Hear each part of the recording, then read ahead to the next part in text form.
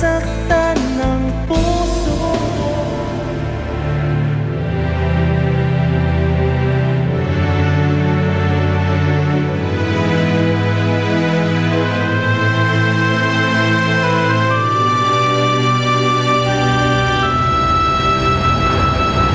Jessica! Nabalitaan ko yung nangyari kay Cleo. Kamusta naman siya? Hindi pa namin alam kung okay na siya talaga. She's still under observation. Pasensya ka na. Ngayon lang ako nakapunta dito. Okay lang yun. Pero hindi ko talaga maintindihan, Jessica, yung bigla ka na lang umalis nung lunch. I mean, we're under contract, so we should have been doing our jobs that night. Pero bigla ka na lang umalis.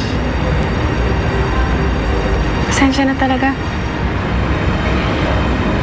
Jessica, tapatin mo ako. Umiiwas ka ba sa akin? Nagsabi ako sa'yo nung nararamdaman ko. Yung bigla ka na lang umalis.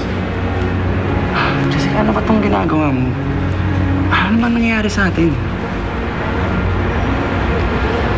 Ipaliwanag ang lahat, Angelo. I'm listening.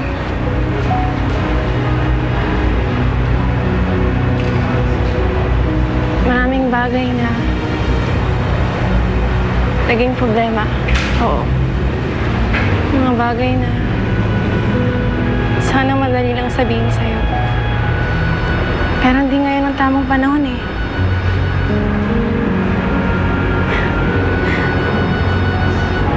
Isa lang ang alam ko. Isa lang ang dahilan kung bakit nandito ako.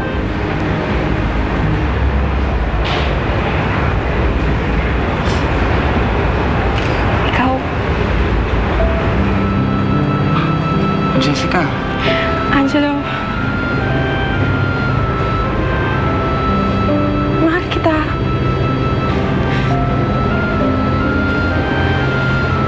At handa na akong maging tayo.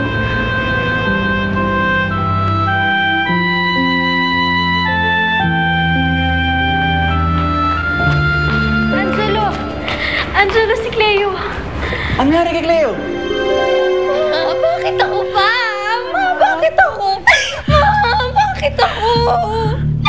Bakit ako pa? Ayoko malumbo, ma. Ayoko. Nandito lang kami. Ayoko malumbo, ma. Ayoko. Tulungan mo ako, ma. Anak, nandito lang Cleo! kami. Cleo! Angelo, tulungan mo ako, Angelo. nangyari? Hindi ko magalaw yung pa ako. Hindi ko magalaw. Hindi ako makalaban. Angelo, Angelo, tulungan mo ako. Tulungan mo ako, Angelo.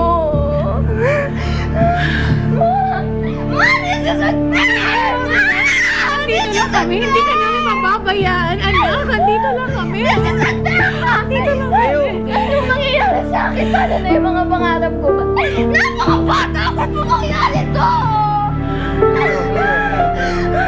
I'm sorry, Cleo. I'm really